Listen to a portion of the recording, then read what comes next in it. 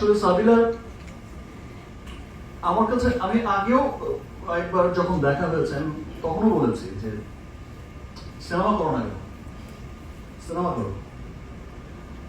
তো আর আমার কাছে না এই বিষয়টা কেমন শুনতেই ভালো লাগে না, যে বড় পর্দা ছোট পর্দা। আমরা হচ্ছে অভিনেতা,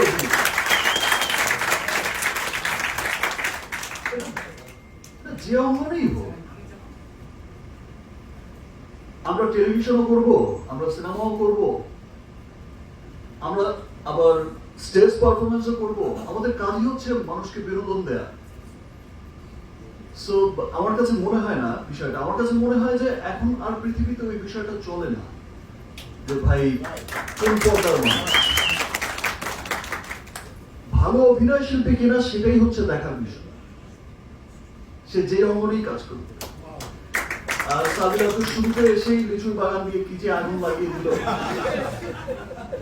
আমরা সবসময় কিন্তু বলতাম একটা কথা, সেটাই বলতাম, বাংলা সিনেমা আর একটা স্টার হিরোইন পেয়ে গেল।